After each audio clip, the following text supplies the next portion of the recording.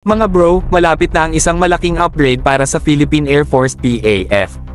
Nakatakdang matanggap ng PAF ang una sa dalawang Long-Range Patrol Aircraft LRPA mula sa Elbit Systems ng Israel sa susunod na taon.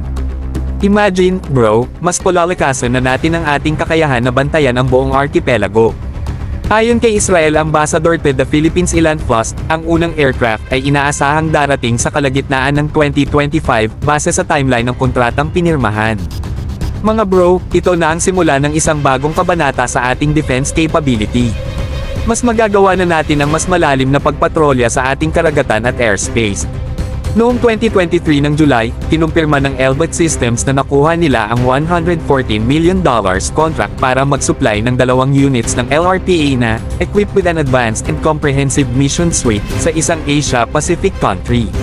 Mga bro, hindi lang basta-basta ang eroplano na ito, kompleto ito sa cutting-edge tech na tiyak magpapalakas sa ating PAF.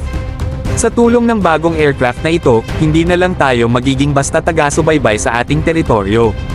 Ang Pilipinas ay magkakaroon ng mas mataas na kakayahan na protektahan ang ating karagatan, at magsagawa ng mga critical surveillance operations na dati ay isang malaking hamon. Kaya naman, mga bro, malayo na ang narating ng ating defense program.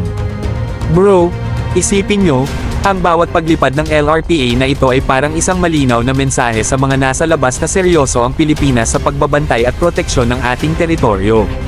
Hindi ito simpleng upgrade, ito ay isang giant leap forward para sa ating Air Force. Stay tuned mga bro, dahil simula pa lang ito ng mas malalim at mas modernong depensa para sa ating bansa.